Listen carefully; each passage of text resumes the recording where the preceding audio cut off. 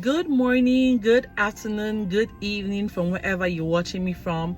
Welcome to day 61 of our healthful devotion by our father in the faith, Kenneth E. Hagin. And today I will be reading from the book of Mark chapter 16 verse 18. And it says, "They shall lay hands on the sick and they shall recover." Today's topic says, God expects something of you. As I was preaching one time in Pasadena, Texas, a man and his wife brought to the meeting their little girl who was afflicted. This 8-year-old girl didn't have much use of her body and was even unable to feed herself. As I laid hands on her and prayed, I knew the power of God went into her, but she didn't seem to be any better. She was still helpless. After the service, the family stopped to get some hamburgers before driving back to their home in Belmont, Texas. When they ordered their food, they got a hamburger for the little girl. Ordinarily, the mother would feed her because the girl couldn't even handle a fork and had great difficulty swallowing.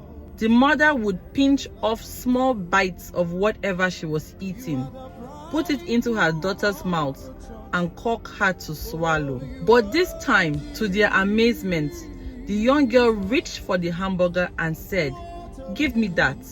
Then she started eating the hamburger.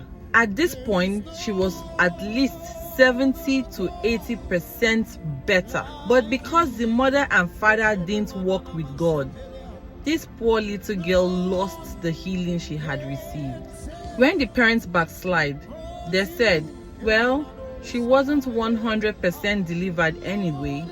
You see, they expected God to go ahead and complete the healing, but He was expecting something of them. He expected them to do their part, and their daughter paid for their decision not to believe. Many times, God will initiate a healing, and a person will begin to feel better. And if that person will continue walking in faith, he or she will become perfectly well. But by backing up in their faith and even denying what has already occurred, many times people lose the whole healing. Always keep the switch of faith turned on. Regardless of what people are saying around you, always keep the switch of faith turned on. Repeat the confession after me. I will walk on with God and let the full manifestation of my healing come into being. It will come as I continue to believe.